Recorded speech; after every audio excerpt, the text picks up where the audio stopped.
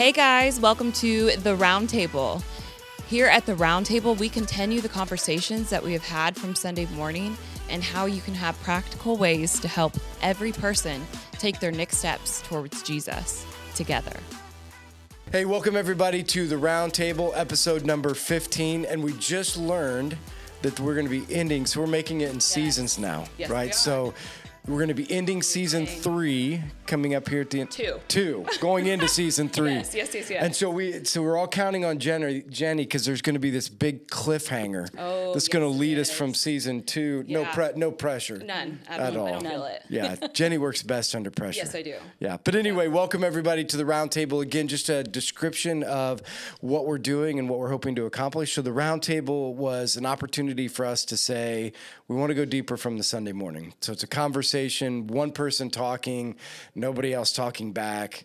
We've learned through the years, most people forget what you say on Sunday morning. So can we continue the conversation, and not just the conversation from my perspective, which is what you already get, right, but through other people's perspective. And especially what's been so cool about this year is bringing on guests. So being able to have guests with us to be able to talk through, like, this is how it applies to my life and this is how I'm using it, so that we can help you guys as listeners and watchers engage, into taking another step, in whatever Jesus wants each one of us to do. So our first segment is welcome to Jenny, our co-host, Hello. like always, Hey. the person that's on forever, and Nikki, who is our special guest today. So, Jenny, get us caught up. Lots of stuff going on in your life right now, I'm assuming, because it's Christmas, and so tell us what's going on. What's going on in the life of Jenny right now? This is unrelatable to Christmas, but so it's something. Is it unrelatable or unrelated? I don't know. Why? Is there a difference? Should there be? Is there? It's not in my Urban Dictionary. I don't know. We'll see what you say and see. Okay. Wait, why? What? Just keep going. Just tell me what you're It should be unrelated. So it's unrelated? I don't know. Or unrelated? It's whatever. You know what it is. It doesn't match with what I'm supposed to be talking about. It's not related to what you're supposed to be saying. So wow, my words just get really thrown out there sometimes. Yeah, it's perfect. Okay, so I'm watching this show. It's called America's Book of Secrets. Okay? And it's about the government. It's about everything else. But the first episode was on aliens. So I've been dying to talk about this because they have so many. What? I watched 2 Area things. 52. Yes. Yeah. Area 51. 51. Oh, dang it. 51. Area 51. Right. And then some of the presidents have said that they've seen aliens. And then when they went up to the moon, there was like 2 minutes where they cut out the things because Neil said that he saw aliens. Neil who? Armstrong. He saw an alien? That's what was said. Okay. So where is tell us, where are you at? Do you believe in aliens? Well, that's what I came here to discuss. Is it in the Bible or not? What? Is it in the Bible that what? That there could be another life out there? Like, I was sitting back and I'm just like, well, I'm very easily gullible and I relate to a lot of things. So I felt like it was true. Okay. Just like everything. I mean, you've got to watch this show. I've already seen it. You have? Mm-hmm. Where they do the Ku Klux Klan and all that? Mm-hmm. I'm terrified of them. Ever since like the 3rd grade. Why would you be terrified of the Ku Klux Klan? Says, but I don't know. They're scary.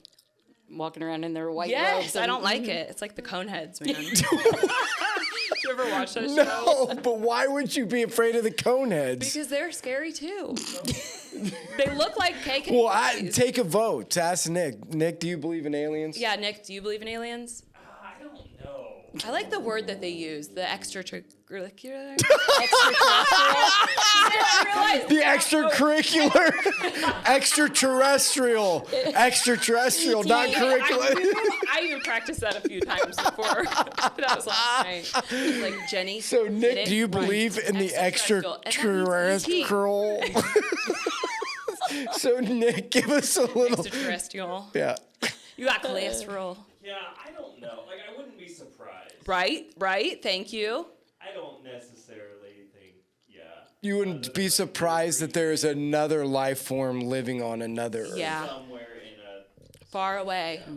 I mean, they just found like 100 more or 100, I don't know how many exact, but they just found a ton more planets out there in the solar system.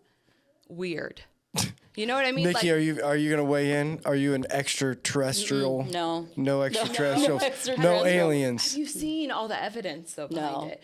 The government is hiding, like they are covering it up. Like they don't want people to know, and it's weird. Is it like a conspiracy theory yes, kind of thing? but it's more than that because the president doesn't even know about Area 51. Like he's not even allowed to know anything that What? goes on. I swear they keep so much from him because he's on a, which just actually made sense. They call him like he's a President? no, yes, he's the president, but he's a like a part-time or not a part-time employee, but what is that called? President of the United States is a part-time okay, employee. not a part-time. That's not what I meant. But when you Okay. only have the job temporarily, like seasonal kind of a thing, but it's not seasonal. What is that called? I can't think of it right now. You know what I mean? Okay, let's talk about the state of the world that we're in right now with our young people. Well, that's Our good. president is a seasonal worker. He gets unemployed. It's the state of our young people. You know what I'm saying, though? I get it. He's not a temp, but hey, what is that called? I know it's just getting deeper. I love it because it's just like, this is how our young people view our president. He's just a seasonal worker. I'm sorry It's okay. for being the No, it's okay. bad person No, of it's the okay. generation. Well, that's why we're on the whole extraterrestrial. Do you believe in Yes. ghosts too? I feel like there could be, like, obviously there's demonic things, spirits, and stuff like that. So I think so, yeah. But you don't believe in like people being ghosts. I don't think so. I've never seen it. I've never seen one. I've never seen one, but I last week I had something happen. I woke up What? one morning, and there was a feather laying on my bed, like perfectly laying on my bed, and Do you have a down comforter? no, I have no feather pillows. I have no feather comforters. I have no feathers in my room next to my bed, and No it birds. was laying right next to me when I woke up that So morning. there is something about feathers, What right? is Did it? somebody say it to you? Yeah, I Yeah, was so what reading is it's it? supposed to be like angels watching over Yeah. you, and like it's supposed to be like good luck and just Really? Yeah. Have you heard the Tyler Harrison story? No. Nick, you've heard it, right? About how he found a feather in his Bible. No. Yeah, like he had no feathers around, and Uh-huh. he ended up. He was going through this time of trying to figure out what his purpose is Uh-huh. and struggling because he was at one church and didn't know what to do, and Yeah. opened up his Bible and there was a feather. And then there's certain Wow. things for like certain color of feathers. Yours was Really? black. Mine was black.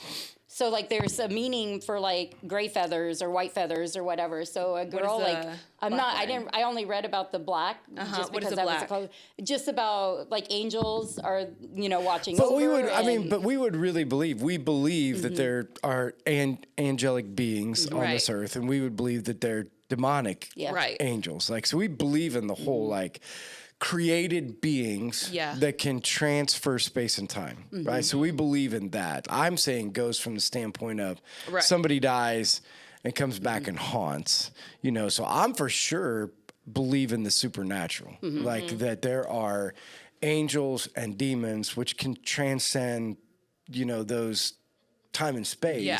that can have it in the spiritual realm, war in the spiritual realm, but can also be present in the physical. Well, it says that there are times that you might have entertained an angel. Right, wow. right. Right, because it could take on the form of a human being, and it says that you could entertain angels. So, Yeah. which is really cool if you Yeah. think Yes. about it. I love that. Right, the idea that angels and in the fear of demons, all that going on. So Yeah. that's cool. Like Yeah. the feather. It is really yeah, that was it. Like I said, it surprised me. I woke up and I was like, "What does this mean?" Yeah, Did this right. happen? It was one day. I think it was last week. One day. Wow. Yeah, and is like I so said, and it cool. was a nice size feather, and I'm looking around my room going like, Were you going through anything like internally that just, I don't know, it just like spoke to you more than it would on I mean, I've been, dealing with the whole, like cancer thing. Right. And so there's times but that really is the only like thing that I can think of that I would have, been thinking about maybe and just.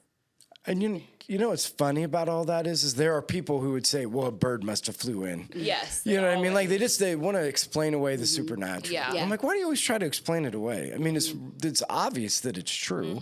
Yeah. I mean, if we go back to scripture. So that's why back to your question, like I can't really answer the question by scripture if there's aliens. I know. Right? Because you can't go to scripture and say God's created another life and that there was evidence of another life. Like you can't see that in scripture. So I can't. My mind goes to. So the Bible was created on earth. This is just where my mind went the whole time, okay?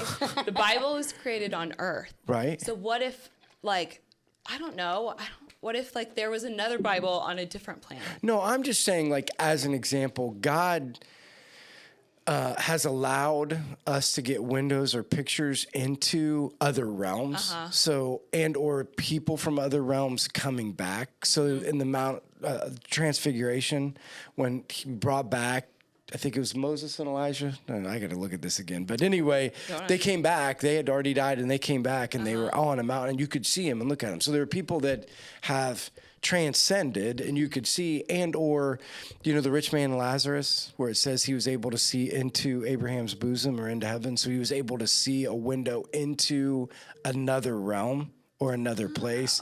So I would just assume if God was going to say to us, like, let me show you another existence, like, let me show you what else is going on. Now, I'm not saying it's not true. I mean, he's the God of the universe. Right. He could do anything, but I would assume if he wanted us to know, like, there is another where he's starting over, because that's the other thing is that God said he created humans, right? He doesn't really say aliens. Right. Right. And they don't talk about this being like another human. Like when they talk about it, these aren't talked about as humans. No, they're not. Like a creation of human. It's like Other life forms. yeah, like it's a extra big head. It's like an extracurricular being that's come down to suck the life out of our planet. Yeah. Well, Right. But then again, people are saying that it's a whole conspiracy theory in itself for the government to like trap us in. Which I believe that. No, I think it's Crazy fun things to get up there. roped into all the conspiracy theories, because there's also a conspiracy theory saying we never landed on the moon. Really? Yeah, you should look up that one. that's Like we so never really scary. did land on the moon. I could see that being true. For real. That would That's be where so Neil easy. Armstrong saw the beings, but we didn't even land on the Well, moon. Hey, I'm not. Yep, I know. I love conspiracy theories, though. Don't they When freak I you watched out? that, They freak me out, man. yeah, no, I watched the Book of Secrets. Now, I do think the government has a lot of Yes. secrets. Yes. That part, I believe, is true. Yeah. Like, I think the government hides tons of stuff behind the scenes that Oh, yeah. we know nothing Yeah. about. And we would Oh, be yeah. appalled if we knew some we of did know. Yeah, if you knew some of the stuff that goes on behind the scenes. I Like think it you would be disgusting. You would lose a lot of trust in government. Yes. Would Oh, be my absolutely. guess. More than what people have. Yeah, I already. was gonna say. Yeah, I don't think that would help. Yeah. Okay, last one. So then I was watching the show that, and this is gonna make me so mad. It already does. But this man, he was convicted on death row for this crime that he never did. But his roommate said that he was there and kind of like set up the scene to make it seem like he killed this woman, but he never did. So he spent 35 years in prison on an unlawful conviction, and he's sitting on death row. And so Did he get out? the people that are trying to cliffhanger. help him, what are those called? The people that are like the wrong Advocates? conviction. Yeah. So they took on his case because they saw the facts, and the one that the thing that made him convicted on death row was the testimony of this guy who is a jailhouse informant who has informed in the same county on 36 cases. Wow. And they kept listening to him. Yes, and that is what all the jury had said was the thing that was like, oh my gosh, he has to be guilty. Yeah. And it was just like he came back and they had evidence of the one guy that originally said that he did it, or that his friend did it. He came back and said that he didn't do it, but that his friend didn't do it, but they couldn't do anything about it because you have to go to court. You have to do all these things in order, that takes years, even though he said that he didn't do it. Have you ever listened to the podcast This American Life? No, but is it going to make me mad? Stuff like that makes me so mad. They did a whole section on the corruptness of our judicial system, like how it works. And again, I'm sure there's some good parts of it, but it does get a little weird. Like they're always look like somebody has to be convicted, right? To make somebody happy, somebody has to be convicted. So they did a whole series on it. And I just thought it was interesting because, you know, you don't see to the depths of what that is, but I bet that there is a lot of that goes on. Oh yeah. Hey, I got some trivia for you. You do? It's not actually trivia. It's more like I didn't know this, but I was driving around. And I thought somebody named Brandon was running for some sort of an office. Okay. Wait, does he know what's going to... Why is this trivia? Because does he know what's going on? If you know this story, like, I don't know this story. Okay, so tell me, what is Nick. Nick. Wait, I don't know either. Okay, So there's these yard signs that say, let's go Brandon. And so I'm driving along, and I'm like... Is there a race going on? I have no idea who Brandon is and what's he running for. Yeah. Well, then somebody tells me. Do you know this, Nikki? No, I don't know what the deal is with and I Brandon. can't even say it on air because there's a story behind Really? it. It's that bad? That this Let's Go Brandon has something to do with. Brandon. Is it somebody at a concert was chanting something? College football stadium, I think, was the first. Was chanting profound profanity about Joe Biden. Oh, okay. Is this true, Nick? At Is a this the football game? story?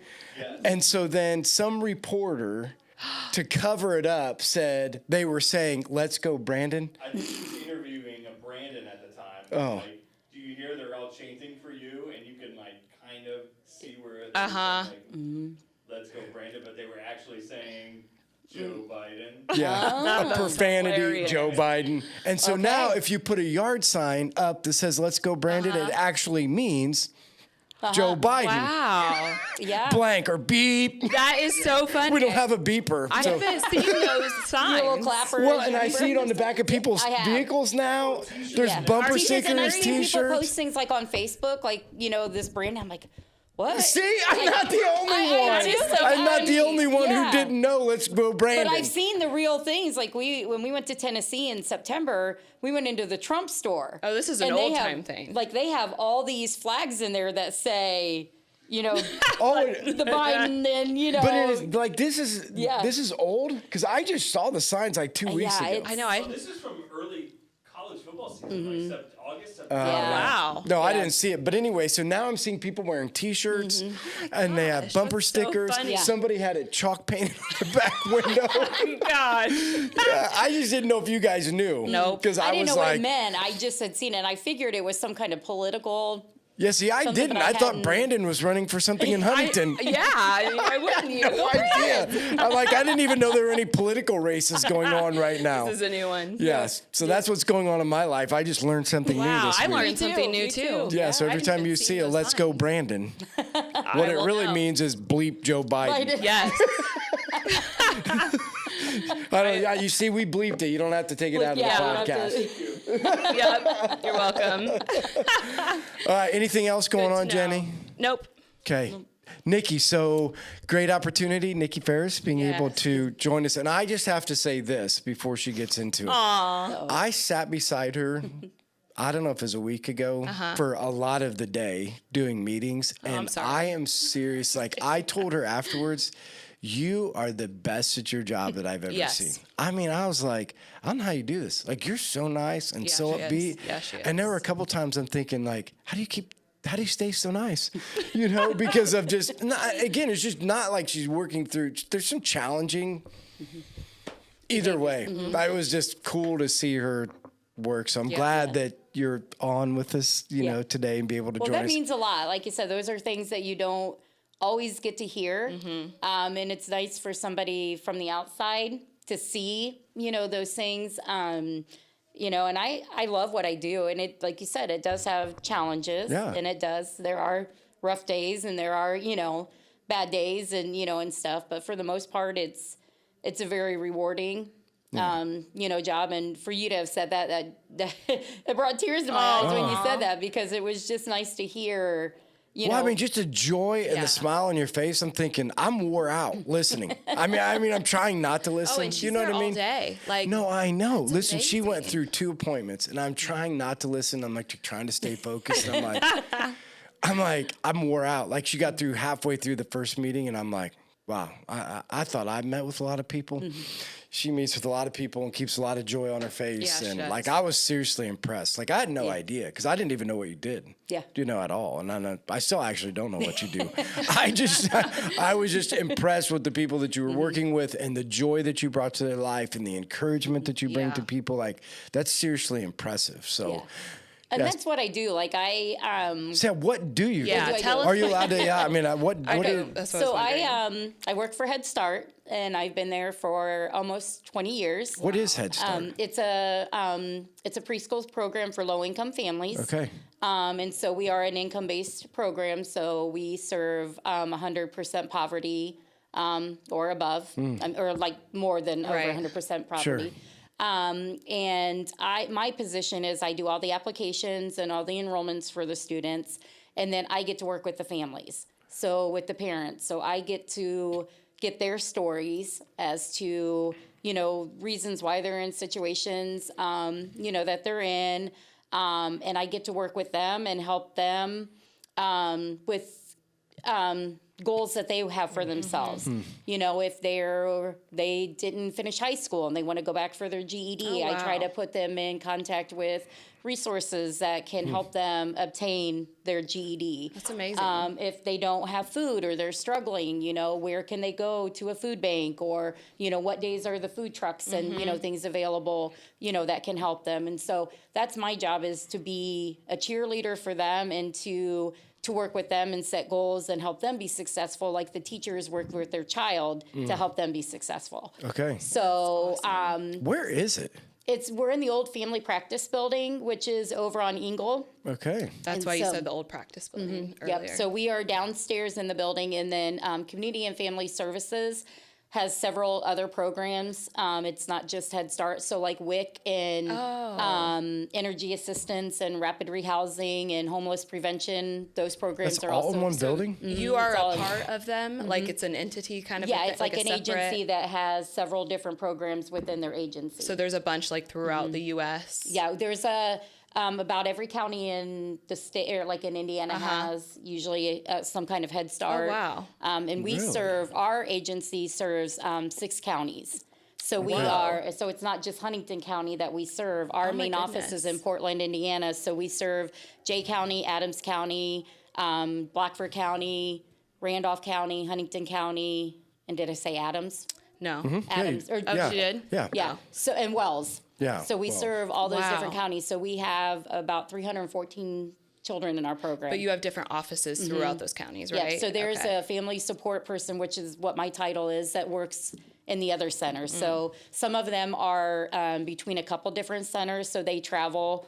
They may only have one class in this county, but then they travel, to this county, to work with those. I did that for several years before I came back to Huntington. You traveled around like that? I did. I had Wow. back in 2011, I lost my job because of budget cuts, because of being a government program. But we were laid off in the summer at that time, so I ended up getting called back. But so I didn't lose any seniority or anything, but I got called back. So I got to start back the first of the year, but I had to go back as an assistant teacher. And so I went over to Hartford City, and I worked for 8 years over in Hartford City. I worked as an assistant teacher for about 6 months, 7 months, and then I started filling in for the family support position that I did, and I ended up reapplying and re-interviewing for that position in August of 2011, and then I got to come back to Huntington in 2018. So. Wow. How long? But I traveled between, so I was in Blackford County, so I had a classroom in Montpelier, I had a classroom at the Armory in Hartford City, and then I had 2 classrooms at the junior high. So I had 4 classrooms, and I traveled. Wow. So I never felt like I had a home. Yeah. Like Right. I never felt like I could build those relationships with the Yeah. families, because I felt like I was never where I needed to be. Right. I felt like I never, if this family needed me, I happened to be in this center today, and so that's really hard when it comes to this job, is to feel like, not being when a family needs you and you're not available, for them. So when I got to come back to Huntington, I was glad because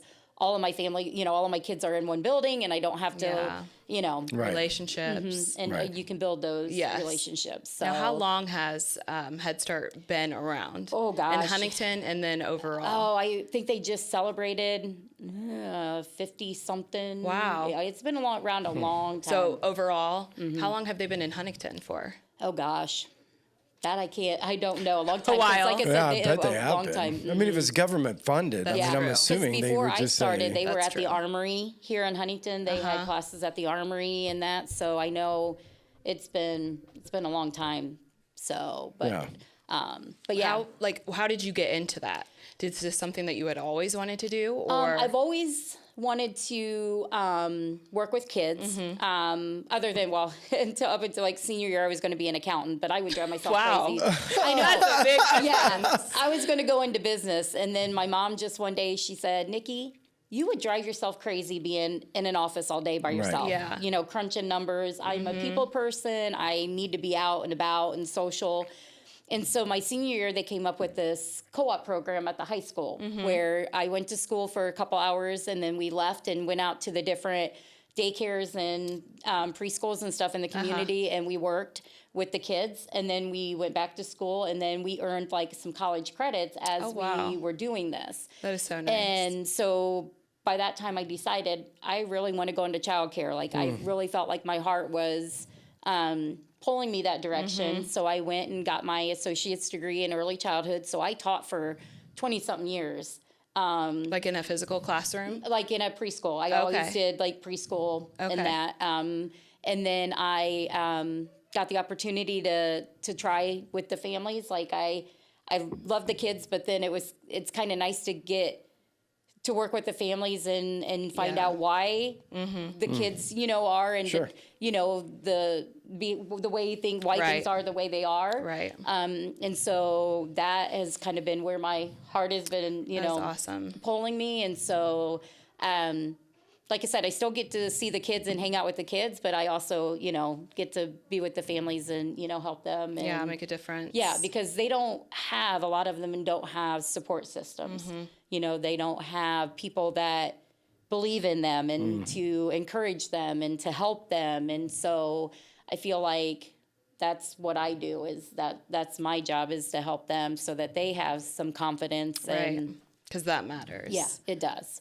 So it's, I love it. Like I said, there's rough times, but, for the most part, it is very rewarding. And you build those friendships with, the families and stuff. And so I've become friends with a lot of my families and followed the kids, throughout the year. One of my success stories is I had this little boy, one of my first years of teaching. He would be my first one to arrive in the morning, and we would sit in the rocking chair every morning. That he'd get there at 6:30, and we'd just rock and sit in the chair. And then the other kids would come in, and, he'd go play. But we would sit there, and we would just talk and, hang out. He is now graduating from Huntington University. Awesome. He had scholarships for track and cross country and all of that. He now has full ride scholarships. He changed his mind. He was going to go into teaching. He now wants to go into law.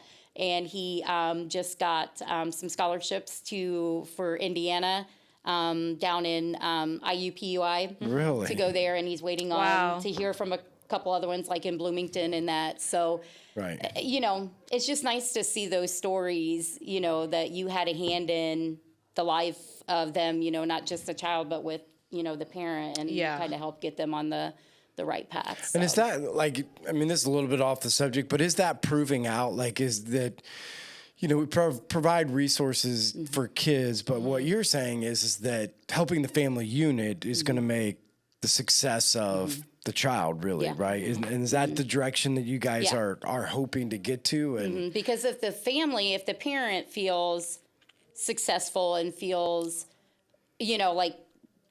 confident in themselves, then it's going to rub off on, rub off on the kids, and the kids are going to see that, and the families are going to be, happier, when, and less stressed or, better whatever. environment. Yeah. Grow up in that. Yeah. So that they know a lot of it is just simple things, I want to go back to school, but it's like, you can do it. Like you Right. can, you can do this. And this is not only going to better yourself, but it's going to better your family in the long run. Right. You're not going to be in poverty for, the rest of your life. You get your degree, you can get out there in the working environment, and giving them those and letting them know that, yeah, you may be here now, but next year you could be in a full-time working job and, Right. Yeah. using your skills, that you have just for taking, this step. And then that's just going to make everything better for you and, for your family. Right. In all And different areas. Them in the long run too, because you're teaching this child that, which hopefully that's going to help them teach And their then family. we're not going to see this family Exactly. down the road. The generational thing. that's our goal is, yes, we love our families but to not Right. see them. We want to be able to help them to get out of, the rut that they're in and not have to have them need our services, because they've been able to, better themselves and take Yeah. on, that responsibility and stuff. So, Yes. So that's a little bit of the, here's my working side. Yeah. Tell us a little bit about your personal side. What do you like to do? What's been going on in your life? Because you've had, again, I don't know how much you want to share or not share, Yeah. but, some challenges over the past few years in your own personal life. And so I think it's good to kind of share, Yep. that journey and Yeah. where you've been with Yep. all of that. Because from the outside, you look at it like, wow, look at what she's doing and the things. But I think when you understand your personal journey and how it goes together, it even makes it more fascinating of Right. where you're at today and stuff. Yeah. So Right. tell us a little bit about you personally. What are things that you love to do? Maybe talk a little bit about your challenges over the past few years, whatever you want to be able to share. Well, with I'm them. a very family-oriented person, so my family has always, come first. I never got to have any children of my own, which that, was really hard because I felt like I was put here to be a mom.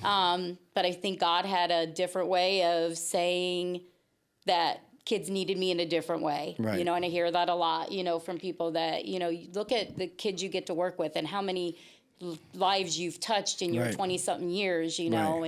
and I have 3 nephews that I love to death. So I strive to be the best aunt, that I can be. But some struggles. Spoiling them a little yeah. bit. Yeah, right. They're not spoiled. They're just well loved. I was going to say, yeah. Yeah. That's a good way to put it. Yeah, they're just well loved. Yeah. Yeah. But the last 2.5 years have been a struggle. July 19th of 2019, I was diagnosed with stage 4 endometrial cancer. And I went through a complete hysterectomy, and I had to endure 6 rounds of chemo. And after the treatment, I was able to say that I had no cancer. And so as of December 23rd of 2019, there was no evidence of cancer. And so that was a huge blessing that I got to celebrate the new year, being cancer-free. And then with being stage 4, I have to do what they call maintenance appointments throughout the year. So every 3 months I was going for a pelvic exam, and every 6 months I was going for CT scans and blood work and, all of that stuff. And back in December of last year, so December of 2020, they found a spot on, it was what they call, it's the aorta, but it's in the lower back area, but it was still considered in the endometrial cancers, part. And so they did a biopsy, and I had to have PET scans and stuff done, and it came back that there was a reoccurrence. So as of January 7th of 2021, I was diagnosed with a reoccurrence of endometrial cancer. So I went through another 6 rounds of chemo, and then I also had to endure 25 radiation treatments. Yeah. Wow. That was really hard. This time around, the second time around was much harder to bounce back from. The first time around after treatment, 3 or 4 days after, I was feeling, pretty good. I mean, I was tired and, and stuff, but I felt good. I worked all through treatment both times. Wow. Except the days that I had treatment, I worked. up until, just worked. And some days I would leave early, but for the most part, I worked all through treatment. But then this time around, it was taken about 8 to 9 days recovery after treatments. Just lots of energy lost, no appetite. I mean, the taste, they talk about COVID and not having taste. Like with treatment, you lose, your taste and, and stuff. And so this time around was a lot more emotional too. It took a toll on me. I was very angry with God. This time around, why he chose me to have to deal with this for a second time.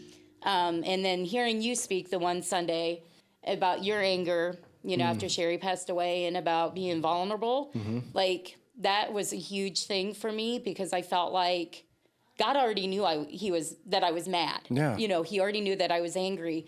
But hearing you talk about what you were going through, it made it easier, I think, for me to be like, okay, I can be angry, and I can, work through this, and I can be vulnerable, and, but it just kind of, hearing you that day speak, it just was just like this light, went off. It was like, yeah, like I can be angry.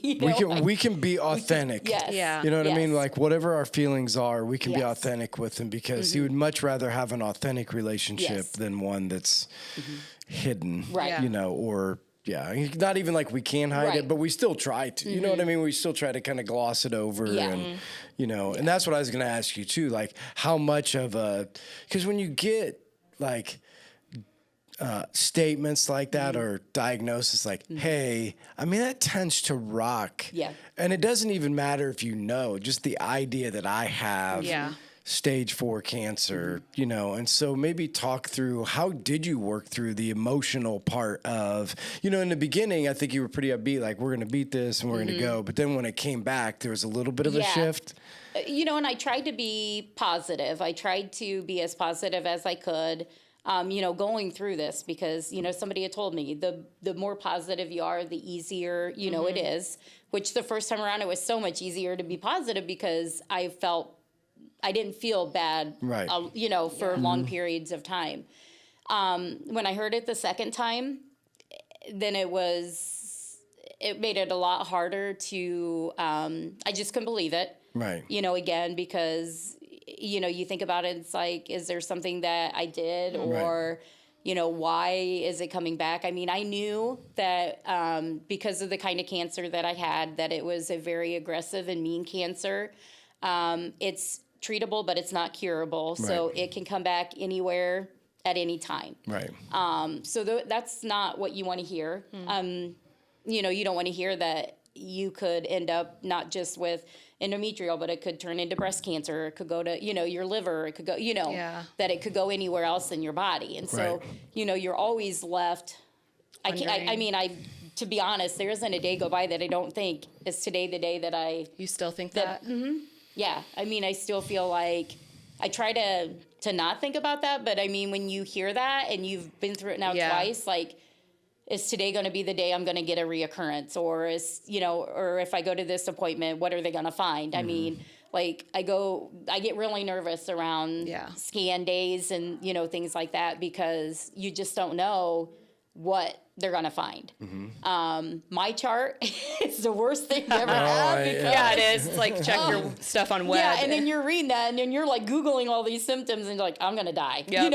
Yes. Oh, I know. But web checker with your symptoms. Well, and I think this was the thing that Sherry went to. We talked about this a lot, because it's the both and, is that, it's easy for somebody sitting from the outside to say, well, don't have anxiety, because it's going to be what it is. Yeah. You know what I mean? Like, it is going to be what it is. So right. it's easy to say that, but then you're also not the one getting the news. But at the same time, one of the things that over the years we tried to land on, or we would tell people this, we honestly believe that part of what God gave her in all of this was a gift, because it forced us to stop and remember that you're not guaranteed tomorrow. Exactly. And so we did some things very intentionally in our lives with this whole thought of, listen, you're not guaranteed tomorrow. And so don't think don't keep putting things off. And I think for a lot of people, and the reason I say it was a gift is because for a lot of people, they'll live their entire life like there will be a tomorrow and never do that and instantly die, right? Like they don't get a diagnosis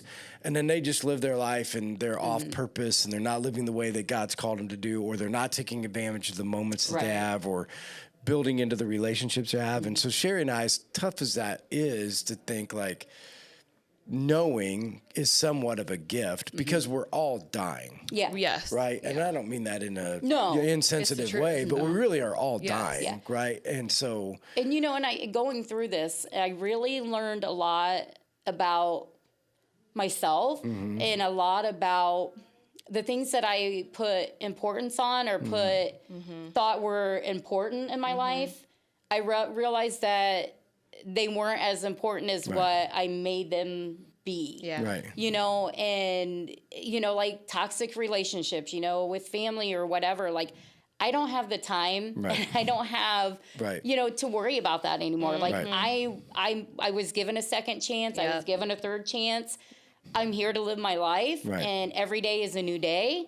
And I don't have time for that, you know, that kind of stuff. Like what I thought, you know, like I said, I have a great support system.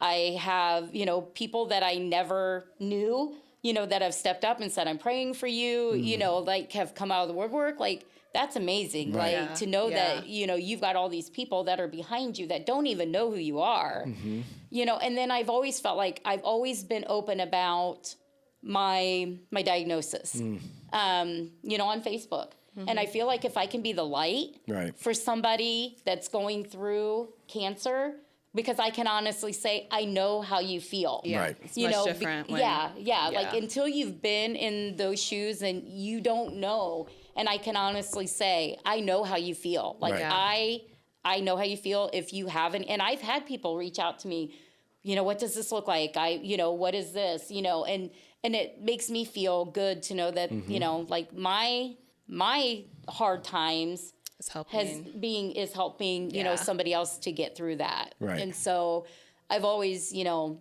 tried to be as open as, you know, I could about that. And I feel like, you know, I'm doing better. I feel like the anger has kind of gone, you know, now. I mean, there's days where, you know, you think about it and you get frustrated and you know, but that's always going to be, I feel like that's always going to be a part.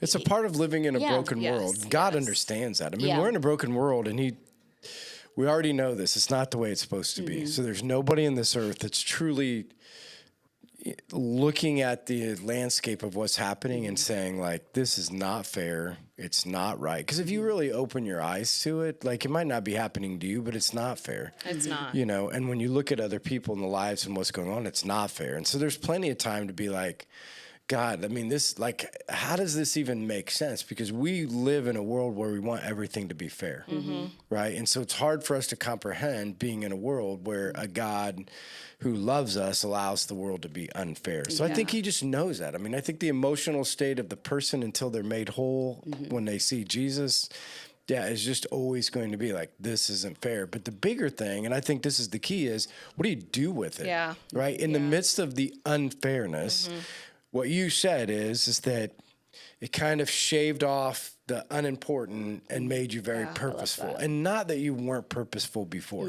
Because I do think there are a lot of people that they live a pretty purposeful life. But when you get to that moment of saying, my days are numbered, your purpose gets laser focused, right? I mean, some of those other things like you were talking about gets like, I don't have time for this. We made, for whatever reason, we made time for it before.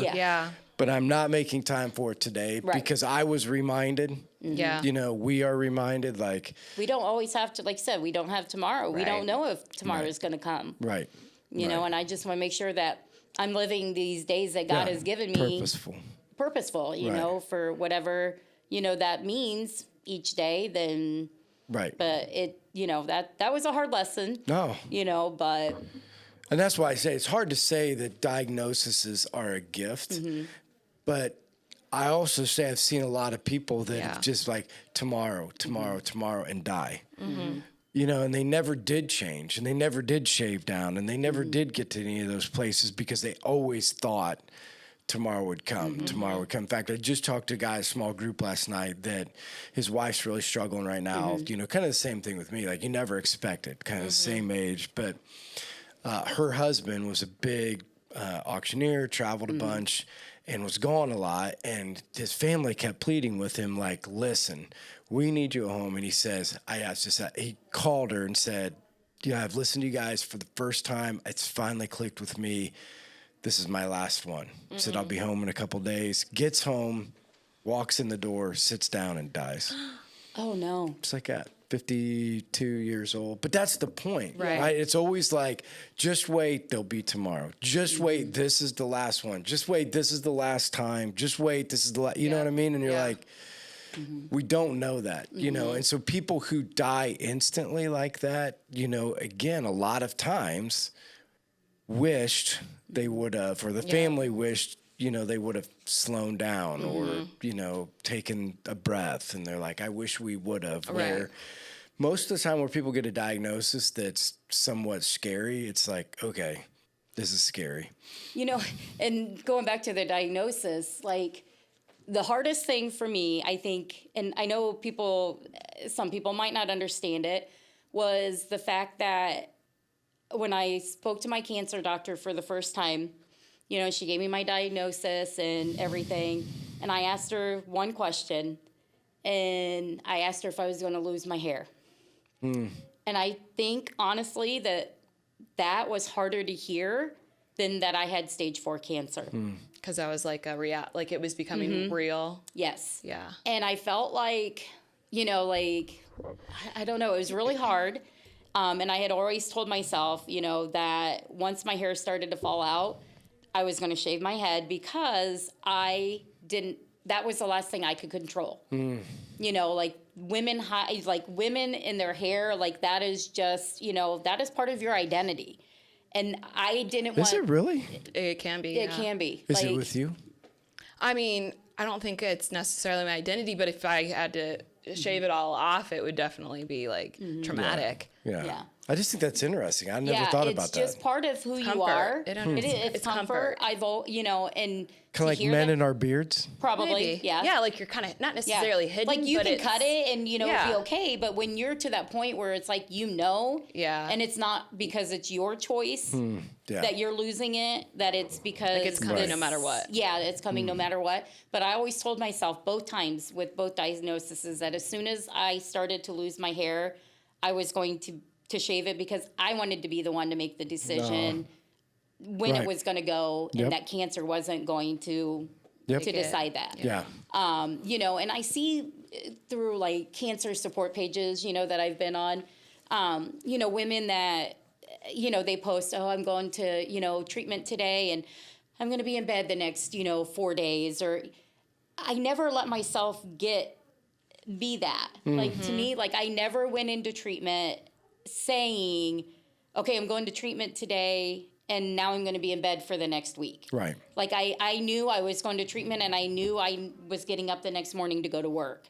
Like that was always my mindset was, you know, it wasn't that I was going to be bed bound or that I was going to be, you know, stuck at home in bed. I mean, the second time around, there were days, you know, where I didn't get out of bed or that I was really tired. But for the most part is I fought every day to get up and still live my life and do my job, you know, and stuff. And I never wanted to get to that point because sometimes I feel like that to me would be like giving up. Yeah. Right. You know, like that you're not fighting for your tomorrow. You know, that you're just, okay, this is what it is and this is where I'm going to be tomorrow. Yeah. Right. You know, and yeah.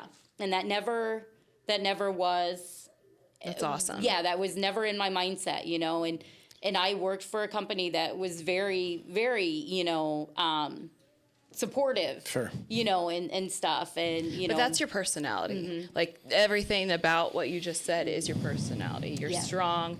You are, like not for the people, but you see what I'm saying? Like you are a joy for the people. So I just don't see you ever laying down and giving up. Right. Yeah. Right. So that was, you know, so that was hard, you know, to see those posts, you know, and then so I tried to stick away, you know, like I would look, but I wouldn't like focus or like dwell on some of those because it's like I didn't want it to get into my head that Right. You needed to do that too. Well, I Yeah. think, and this is just what I saw with Sherry. Obviously, I didn't go through what Sherry did, nor do you. I just watched it up close and Right. personal. But the mental game is as hard as the physical game, you know. And I know for her that was it was as much as to get over your own mind as it was to what your body was doing, Yeah. you know, because that plays on you. Yeah. Right. It really weighs on you heavily. radiation was hard. Yeah. Like after the first treatment, I wanted to give up.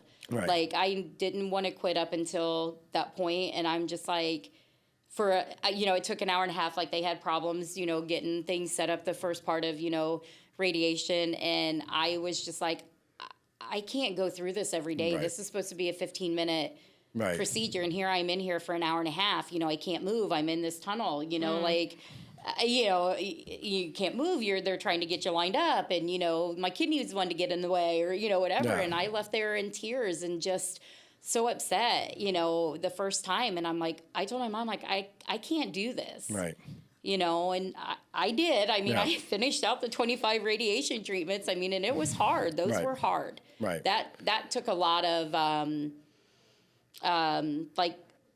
I don't know. That was the emotional, I think. Was right. the- Well, I mean, again, you had to get past, and I think that's like, so going into what we talked about Sunday, with all of that, thought process going in. So so this week was the last week of Intentional Christmas. And so the whole idea of Intentional Christmas was to say, it's really easy to get lost in the season of like just making it through. Like I said, our Christmas was Sunday, and I don't know if I'm not an anxious person, and I'm not like any of those things. And leading up to Sunday, I thought I was gonna die. Really? I'm like, it was just, again, and I don't even know how to explain this to people, but It's different. living up to Sherry's shoes Yeah. is a tall task Yeah. anyway. Women is always like, You know what I mean? Like what she did for yeah. Christmas and how special she made it for Christmas, and then just all the emotions, because it's like the first one. gifts that like have her picture and just all of the things that go with it, right? So it was emotional, and then it was like I had to Christmas shop, and then I had to wrap the things, and Yeah. luckily the buckle gives you when you spend about enough to money say, there, yeah. they give you the little Santa bags. Why So don't you could have had somebody wrap your stuff for you. Could have. And then we finally had Christmas at our house. And so, again, just having everybody in and trying to figure out all the food. And Did you making- cook? No. Okay. I had my kids bring stuff, and Hey, then that works. Do you cook? I do cook. Do you cook? You do? I do cook. I'm actually a pretty good cook. Are you? And like if you ask my kids, because people are like, "Are you losing weight because you're depressed and you Oh don't my eat?" gosh. Well, that's what they're saying. Are you not eating? Yeah. And I'm like, listen, let's be honest. And Sherry would admit this too. I cook most of the suppers. Okay. So Really? I would get in from feeding calves, and I would cook. Wow. I used to, when we took the Clark kids in, I used to cook breakfast for 8 people every single morning. I got up my at 3 o'clock in the gosh. morning, fed calves, made a complete breakfast, Oh my gosh. eggs, bacon, Wow. pancakes, sausage. Every morning? Every single morning. Wow. They were I did it living. for years. That's awesome, though. So yeah, I can. Okay. Now, I'm not a like casserole thing. Like I can make meat and potato meals. Yeah. So those are the meals. Like meat and Yeah. steak and No, I mean steaks, Carrots. hamburgers, pork chops. I can throw okay. a roast in a crock pot and put stuff around it. I can do spaghetti, but like these casserole things Casseroles that are like so take some things sweet to put potato together. casserole, hash Yes. brown casserole. No, I can do hash brown casserole. can? That's- No, I'm saying like that has hamburger, noodles, Oh, yeah. and cheese, and all that stuff. If it ain't Like Hamburger Helper? I was gonna say it was more than Hamburger Helper. The point is that we could miss the reason for why we're doing everything Yes. just because of the anxiety leading up. absolutely. So the idea of intentional Christmas was slow down.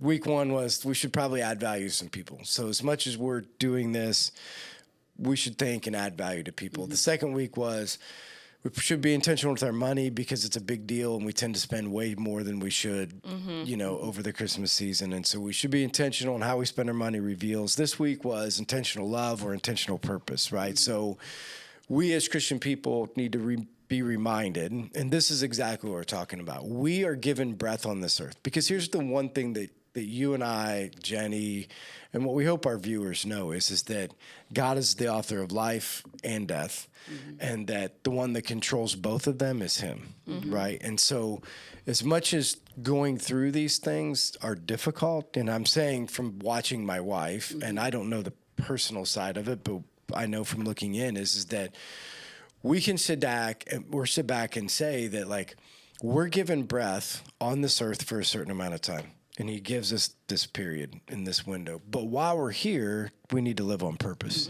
And some of us, are better at it than others. And seasons of our life, we're better at it than others. And I think this intentional Christmas was just to say, like, listen, we should really think through this idea that we're God's plan. You know what I mean? So when it comes to saving the world, sometimes I think we forget we're his plan. Like, we're the one to get it done. Right. And so I think we sometimes think, oh no, it's the church's job, or it's an organization's job, but it's really not. Like, it's individual people, right? Yeah. Living on purpose is going to be God's plan, and I don't know if you guys can speak into that too. Like, do you see the same thing I do, which is sometimes we get so caught up in living life that we forget what our purpose is. I mean, do you see that sometimes, Jenny? Oh, absolutely. And I think, like, just from going to previous churches, like, not a lot of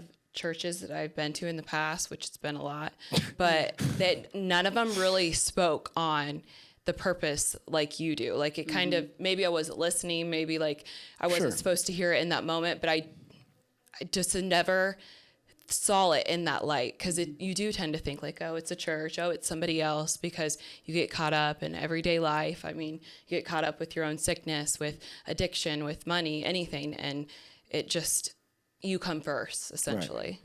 Right. And they can't. So this might be hard to hear, because I know it's hard to hear when my wife and I would talk about this, but the hardest part is that everything that we get is filtered through the hand of God. And that's a hard thing when it's cancer. Yeah. You know what I mean? And it's a hard thing when it's, like in my wife's, it's terminal cancer. You know what I mean? And those are hard words, that are given. And when I say it, I don't say it lightly, because obviously I'm not the one living through it. I watched my wife live through it and learned something about it through those processes. But inside of that, this is what I want to encourage you on, because one of the things that you've shown through your faith in it is filtered through the hand of God, and as you've continued to live on purpose. Like I was saying before we came on, I sat by Nikki one day and watched her work and just walked away with, like, she's one of the most amazing people I've ever seen. Because I also know your struggle, right? So I also know the other side of it. Right. I don't know how many other people that you're doing work with know what you went through, but I know your struggle, and here's a person that's still living on purpose, bringing joy to the lives of people, knowing that God's still using her as a vessel, even though her body feels broken. Right? I mean, I don't know if you can speak into that or not, but that's like that's a huge deal, of how you've made that connection together, because a lot of people will be like, he broke me, like, this isn't fair, and purpose goes to the toilet, where you've mended him, or you've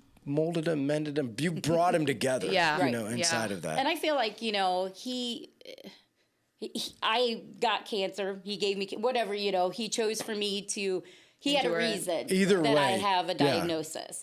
Whatever that reason is, was it to be a light for somebody, to be, because of my strength and because of that I could be there for somebody else and help them through the hardest time, of their life, you know, like, was that the reason, because he knew I was strong and he knew I could handle it. Right. But then also to keep that strength and know that it's not just about me there, like I am here to help. Right. That I love to help. I mean, that's one of my things, like helping people. That is your job. Yeah. Like, and that's always been, I've always been a giver. I've always been one to, I put everybody else before myself. So that was one which is a good and bad problem. Right. I mean, there's somewhere in between there. Yes. Yeah. Because going through cancer 2 times, like, and people are like focusing, or what can I, and it was, that It's hard was to accept really help. hard for me. Yes. Right. Because that's not me. Right. That's not me. I'm You're the the one giver. that's, yeah, I'm the the giver. giver. I'm the one that's, there for people. I'm the one that, and so that was a big eye opener and like Lesson a huge for ya. lesson. Yes. Yeah. Was that I need to be taken care of too. Right. And like I need to be, because if I'm not taking care of myself and if I'm not doing myself good, then I'm not any good for anybody else. Right. Right. And so, that's the thing. Like I always wanted, so I tried to let people help me, Right. even though, it was hard, but still I wanted to be able to still, continue on and help people, be successful in Right. my job. And you kept living on that's- purpose, Yeah. regardless of the bump, right? Because everybody Yeah. gets a bump. Yeah. And bumps are bigger in some people's lives Right. than others. And honestly, bumps have knocked a lot of people off the road. I mean, just to be honest, a lot of people hit a bump and they're like, that's not fair. And they're off the road and they can't never come back They on. can't. They can't Isn't get that back what on the road. That's Yeah. wanted by, like, don't you think that's what God wants, or not God, but Satan wants? Yeah, for that sure. bump is to knock them out. Right, and that's Yep. the point. The Right. bumps, because this is the thing that Scripture tells us. Scripture always tells us if you're going down this road, okay, so paint the picture of, like, if you're going down the road of salvation, right, and you're going to give your life to me, I'm just going to tell you, be prepared, there's bumps coming. Like, there Right. are road signs in the life of Christianity. It would say pothole, pothole, pothole, Yeah. big bump, big hill. Like, we know it. Like, the problem is that Christianity in some realms have been painted, it's a paved highway. Yes. Get on it. No potholes. And then Yeah. all of a sudden these people are driving and they hit a pothole and they're like, Yeah. I'm off the road because I wasn't prepared. I didn't know it was coming. And Right. bam, your tire blew and you're off the road and you get it repaired and you're like, I'm not driving that road again. Somebody give me the next paved road. Yeah. Right? And I'm like, where did we get that? Because that ain't what it says. Yeah, or they completely get lost. Yeah. Right. Like they don't, like, why am I getting this road when I expected the other? Right. Like, is it even real? Am I even going the right way? But don't you think that's crazy? Because Scripture always says, like, the road's full of potholes. Yeah. You know what I mean? Yeah. And people trying to run you off the road. Yeah. Like, this is going to be a contentious traveling until you get home. Yeah. Right? Like, it's going to be difficult. And I just don't know why we've painted pictures of them being paved roads. But, Yeah. I think that's just a testament of saying, like, we know they're coming. And God says, you know why there's potholes in the road? Because I'm going to build your faith. Exactly. I'm going to build your And faith. others. Right. That's my point. We're going Yeah. to build your faith. And when you blow a tire, if you stay on the road, somebody's coming by to Like help. her. Like, you see her through the day. And that's exactly, like, you may not be going through something right now, but if you knew, like, exactly what you said, like, if you knew what you came from, where you came from, and how you act today, like, that is just amazing. Yeah, I people- love people. Yeah, people that are driving on a pothole-filled road Yeah. have had a blown tire. So when they go by somebody with a blown tire, you're going to stop.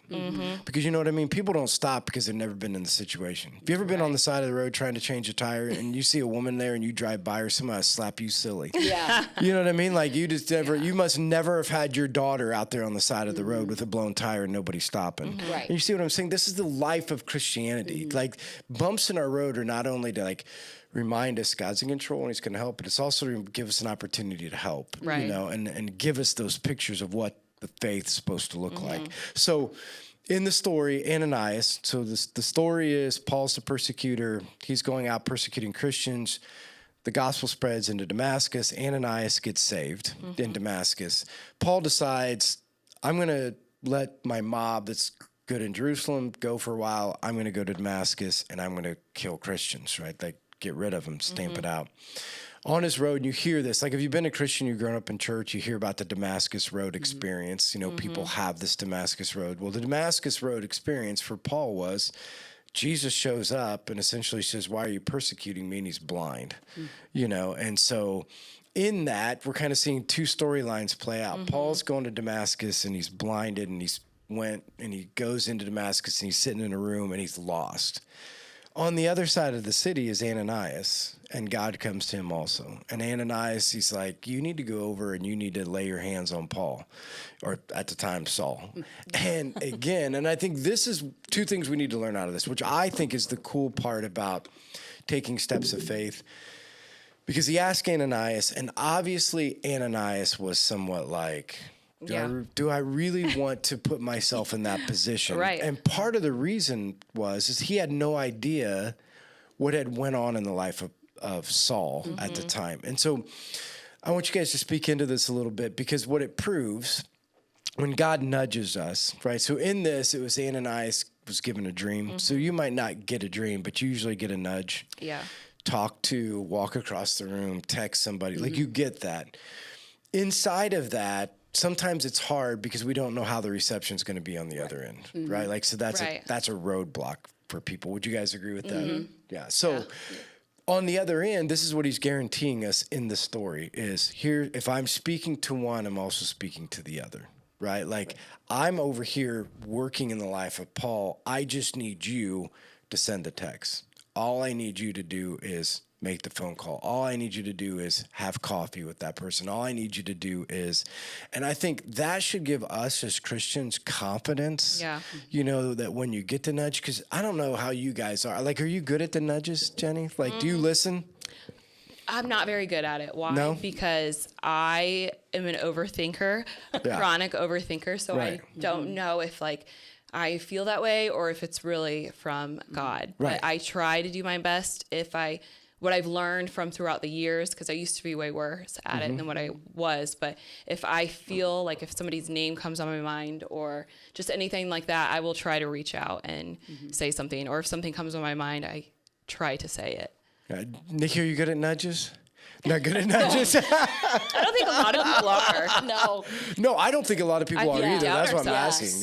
Yeah. And I have a really hard time, when you're spending your time with God, your time with God and that, hearing, and is it because I'm overthinking? Is it because I'm, I don't know what it is.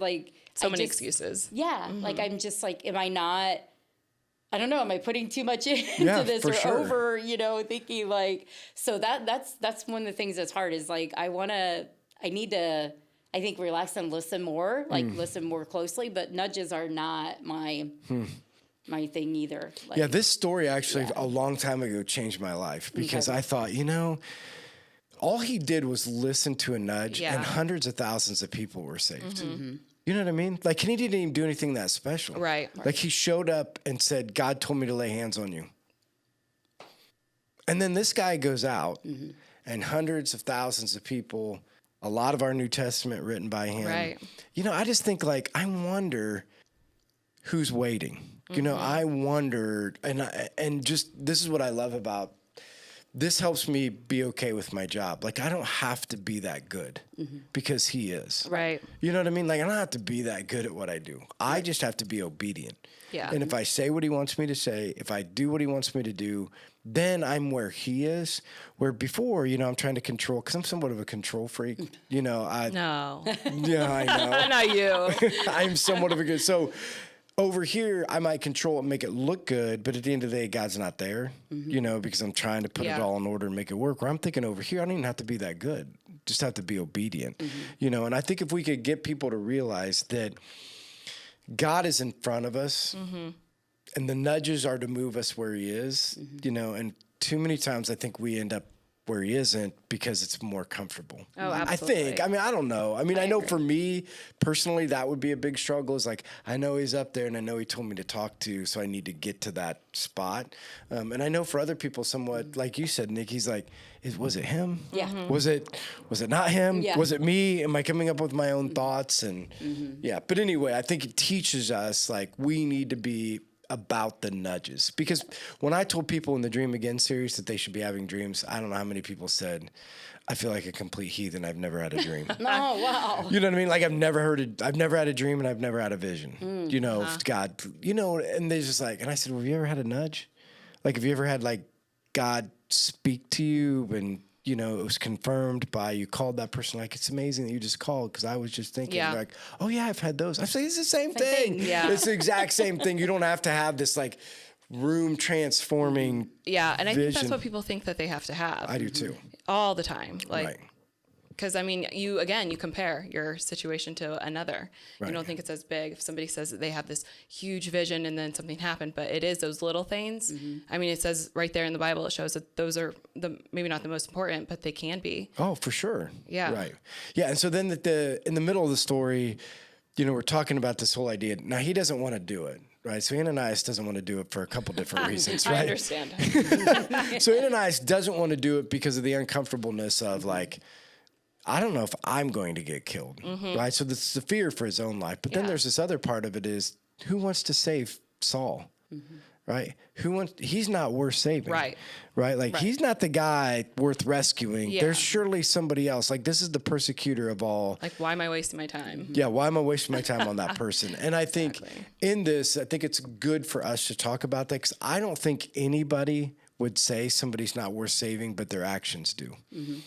Would you agree? Yes. I mean, tell me a little bit tell me your thoughts on all that. How do we as Christian people at times ignore the Sauls of the world or not give them a time of the day? Or who are those people? Like, who are we ignoring? Because I do think sometimes, Nikki, and I don't know if I'm allowed to say this, but sometimes the underprivileged, I think Christianity ignores except at Christmas. Yeah. And I don't mean that bad. No, I'm just saying at times it's like, well, they're poor because they don't have a job. Get a job. I mean, when you get a job, then we'll. Yeah. I mean, I don't know if you see that or not. And I'm not saying this is everybody, but I'm like, I think it's hard sometimes for Christians to view people with the worth that they truly are, right? Because what you're doing is you're also giving them worth, like in what you're doing. Yeah. Right? Yeah. Do you think that? Not think that? I think you're right. I think, like you said, I think they're kind of out of sight, out of mind at times. Right. Just like specific times, and I think they sense that. Yeah, for sure. Oh, I bet. Yeah, and so it's, but some of them I think don't want to be. For sure. For sure. Yeah, it's just somewhere in between. Like, I'm trying to get to this place, like, can we truly unveil some things? Because I've heard people, no offense to you either, Jenny, but like, I've heard people say, like, stop being an addict. Yeah. Not to you personally. No, I know. I mean, I'm just saying in general. I mean, I've heard people be like, true. stop being an They think that addict. Stop just using because you tell drugs. them, why stop doing? It's not that. I don't think we have enough empathy, and I don't think we truly care. Like, again, I think we live in a world where we have become selfless or selfish, not selfish. Because the mindset shift for Ananias was what God did for him that I think made the shift was he's like, all of a sudden he went and he called him brother Saul, right? He didn't say, oh, I'm here on behalf of God because he made me come and you loser. I'm going to pray over you, but I hope you don't get healed, right? He came there and said, brother Saul. So he saw this mindset shift, and that shift is that Jenny is my daughter, right? Like, when I come to her and I look at her, I don't look at her based upon what the world says she is, right? And I think as Christians sometimes we're like, well, was an addict, or that person is, and that person has done, instead of saying, like, I would go to war for my family. And you said that, Nikki, right? Like, for your family, ain't nobody touching them, right? And so what he's trying to do is give us this bigger picture that we're all family. Right. Right? And then when I look at Jenny, it's like, she's my daughter, right? And you're going to go to war for your daughter, and you're going to do whatever it takes, instead of it just being like, oh, you're a crackhead, or you're a poor person, or you're an adulterer, or you're you know what I mean? The labels that go into it. And then Christians just are like looking at him drown, being like, because that's when I told my old dog story, of like, and I'm sure people were judging then. And it's like, why do we have to judge? Like, why do we have to judge by the thing that was done? Or, I mean, why as Christians especially? Like, that's what blows my mind. Well, I mean, I'm guilty of it too. Sometimes I do it too. But why turn your back on somebody who's drowning? Yes. Like, that's the point I don't get. Like, do you think that's helpful? Like, do you think they're learning something by you just turning their back and they're out there treading water? Well, and it makes them not want to. The person or them? I was going to say, like, if you're ignoring them and they're trying to get help and somebody just overlooks them, then it makes them just not want to try. Right. Yeah, again. They just kind of put themselves back in that shell and be like, well, I'm going to just stay here because nobody wants to help me or nobody understands Yes. or, The defeat from previous yeah. I mean, they get defeated because here they are trying to get help for whatever it might be. And people are just not helping them. And so why should I reach out? Why should I ask for help? Because nobody's going to help me. Yeah, I treaded water for long enough, and I'm giving up treading water. I'd rather sink. Because treading water and keeping my head above water, and why people are trying to shove me back down, which is, again, some of what happens in culture. Like, Christian culture is supposed to be regardless of what that person has done, the responsibility is to lift them up. Absolutely. That's what it is. I mean, and I know I've heard people say, but every time I lift them up, they're just going to go out and do it again. Well, that's not my responsibility. My responsibility isn't whether they go out and do it again. My responsibility is to go out on the ice and pull them out.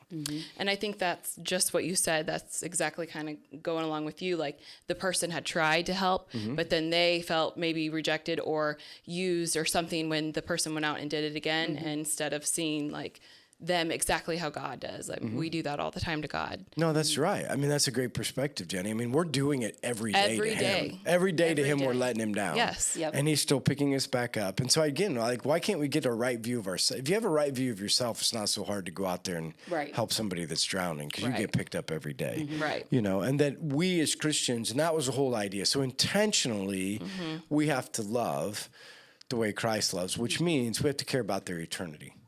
Because to let somebody drown is heartless in the mind of what God has said. Christians, we're supposed to be known by our love, and our love being specific in the fact that purposefully we're supposed to care where they spend eternity, right? And so we as Christians have to live purposely or intentionally, loving people, not loving their actions or loving their choices or loving any of those things, but we're loving them enough to care about where they spend eternity. So we're at the end. So advice, Jenny, if we're out there and we're talking to people, you know, that are listening on our podcast or watching online, if you could give them some advice to say, like, the way that we can continue to keep our hearts and our minds open to the rescue, right? That it's our responsibility, that Jenny's plan A, and that she's like, how do we help people do that? I think the best way would be to put yourself, I mean, I do this a lot. I'm very empathetic, and I think that's what the world needs. I think we need to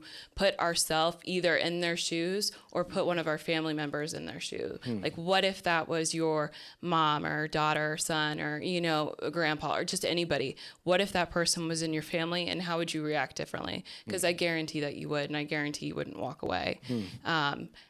And just, I don't know, I think it's so easy to get wrapped up in your day, to be able to walk away from it and just be able to completely push it off and not think about it.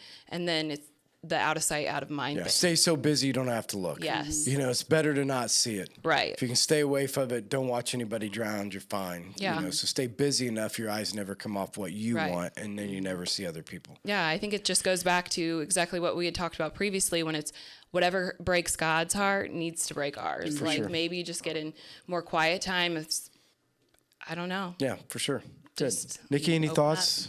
I agree with Jenny with putting yourself in their shoes, you know, because you do look at it a different way when it's your mom or your brother or your sister that might be, you know, going through that. And it gives you, like you said, then you see it differently and you want to help, you know, and empathy, like being empathetic, like, that is a huge thing. And there are so many people, though, in this world that don't have empathy, you know, and that's not something that you can teach people to have. It's like you either have empathy or you don't have empathy.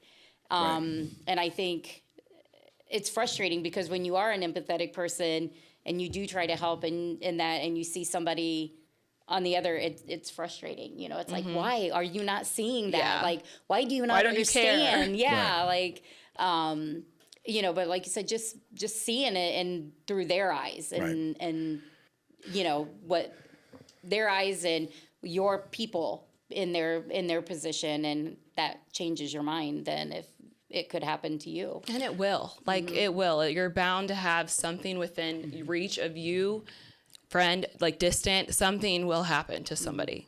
Yeah, and I'm going to err on the side of, because I don't know, I say that I'm not very empathetic, because I'm not a really emotional guy. But you don't have to be emotional to be empathetic. That's what I'm saying. Okay. So I'm going to speak to the guys, because I know there are a lot of guys that are looking at it like, and this is my recommendation. It's always obedience over comfort. Listen, obedience over comfort. You make these decisions. Empathy comes because you care where their soul is. Stop judging their life decision. Stop judging the decision that my dumb dog went to the middle of the pond and fell in the middle of the ice. Exactly. It's obedience, right? At the end of the day, I'm going to jump in there and I'm going to get him out of there. I'm not happy about him. The dog was an idiot, and I thought he probably know. Yeah. Here's my point. This is sometimes how guys think, though, and it's okay. This is all I'm saying. It's okay to think this way. Yeah. But it shouldn't change your reaction. You still should save. You still should do, and you still should rescue, because it's obedience, not how you feel. Like, you don't have to bring that into it. Because guys are way more weird that way. Of like, you should have, and I don't know, and like they try to rationalize all that out. I'm just saying, if you want to be a man after God's own heart, he says, choose obedience over comfort.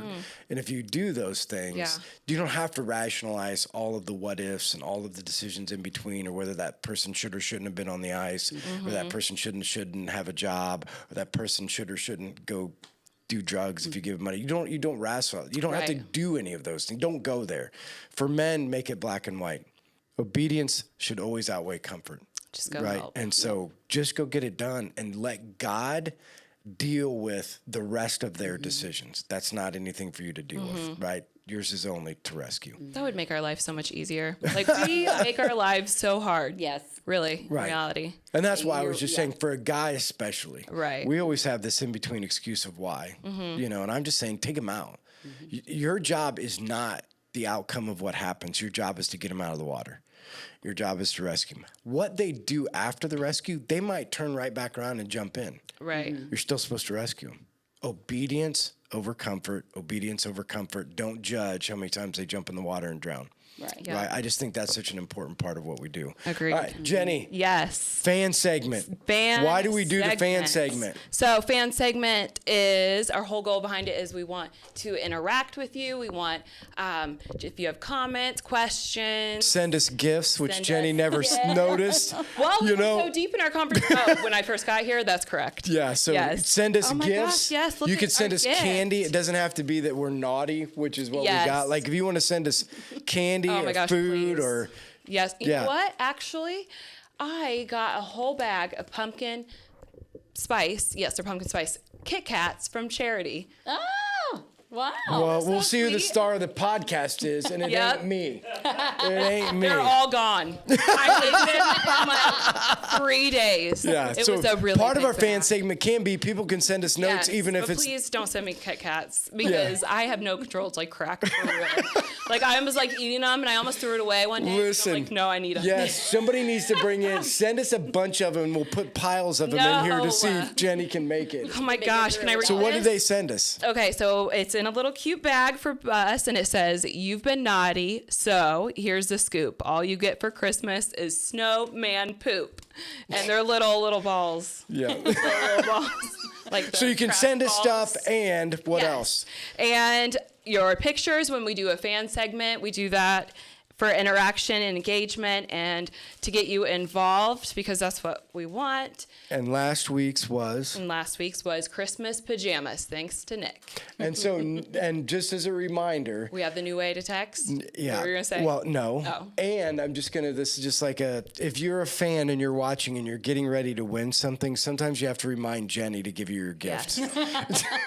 That is very, very true. Because there is a gift for the winner. There is, yes. Yeah, Jenny just sometimes forgets to give it to you. Yes. Okay, so how can people send it in first? Okay, so you can either do it the old school way by emailing us at theroundtable@lifehuntington.com, or now new way. we have the new way, which all you have to do, I think you just text that to get started, correct?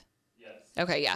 So you text that to podcast to 260-408-8383. And once they've texted podcast to that, then they're in. Yeah, they Is can that right, save it Nick? after that, right? Is that how it works? Yeah.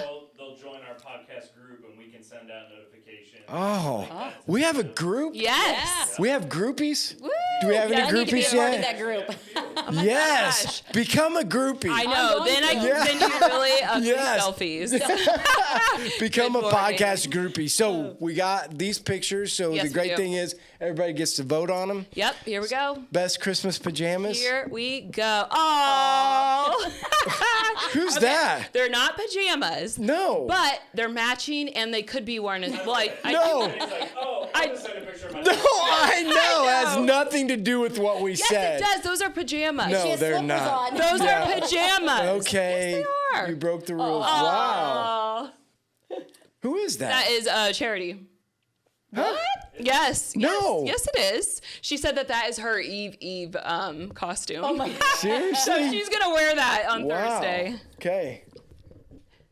Oh, That's a good one. All family. Buffalo plaid, man. That is so in. I What? love the buffalo plaid. That's what the style of That's called flannel. buffalo plaid. Yes, it is. You learn something new every day. Yeah. I guess.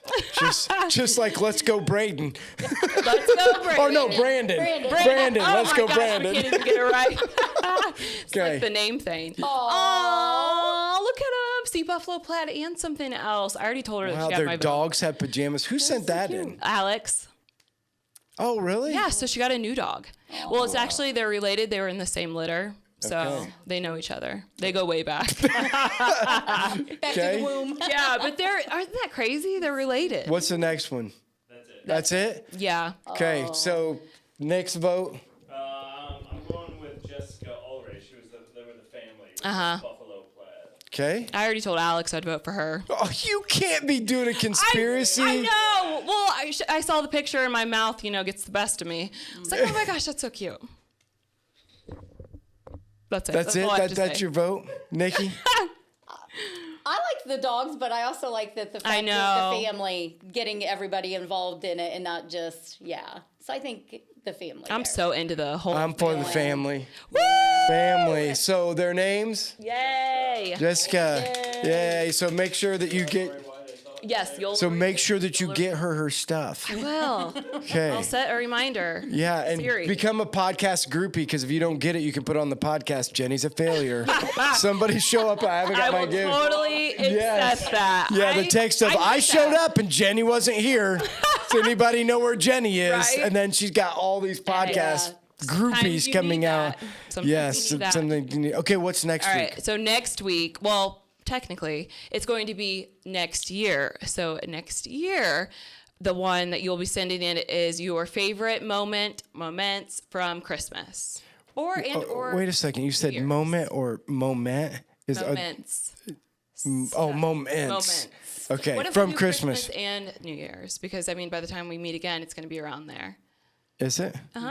Okay. Yeah, because our next one is going to be the end of the year show. The Okay. cliffhanger. Yeah, the cliffhanger. That's gonna. You're Dun, gonna. dun, dun. Yeah. Just she's gonna be announcing something that's gonna be the cliffhanger for. Might change your life. Yeah, maybe. not. Maybe. So you better tune in to yeah. the last episode of season 2 and it could be a little bit like Yellowstone, Ooh. where everybody gets shot. Yep. But we all recover. But we all recover. Right. Don't say anything. Oh, Yeah. Jeez. oh! I didn't think that you were Can all you the way bleep through. that We got like Paramount. Dang it! Oh, that's No, what I'm they talking don't about. all I thought you recover. meant a They TV don't all show. recover. They don't all recover. You really I meant don't a really TV know what show. happens in the end of it all. Who's talking about here? That's what I thought. Yeah. So can we shoot Jenny with a paintball gun next week? Oh, absolutely. With Or the not- paintball gun. Yeah. Merry Christmas. Yeah, we'll come in and I'll Shoot wax me her. with it. Yes. Yes. Do you have one at home that works? Not a paintball. I think my brother does. No, seriously, you'll have a welt and cry, so we can't No, I do won't. that. We gotta Oh, shoot I'm her. tough. Yes, you will. I am a redhead, and redheads are very, very high pain tolerant people. Okay, let me punch you after this. Move after your- this, and I see. beg for people to punch my If arm. I Nobody punched your does. arm right now, you would cry. No, I wouldn't. You would. No. Okay. I might hold my breath. Walk away, but I probably won't cry. Okay, so thanks everybody for joining us. It's such a pleasure to have you on, Nikki. Yeah. And again, I Jenny, enjoyed it. Thank you. Jenny, like always, it's great to be together. And again, we look forward to you guys continue to subscribe, so you can go online and subscribe if you listen online. Also, watch us on YouTube, so you can go on and watch us on YouTube if you enjoy seeing Jenny's dress every week. She always has. Wait for it. We didn't even. Hold on, I did not wear stuff for it not to be called out. Yeah, on the naughty list. The naughty list. Yeah. I've had this for quite some time. Right. And you got the snowman balls too on Sure. the naughty Yeah, list to go right. with that. That's what So, I'm saying. Like yeah. they knew who the naughty The snow person poop, was. uh-huh. Jenny's name. That's right. Yeah, Jenny. I It's didn't to even you. connect it. Yeah. They knew I was going to wear this. Yeah. So, They put yeah. it together. know I was gonna- All right, yeah, but thanks for joining us. And again, we'll see you guys next week. Yes. Bye. Bye.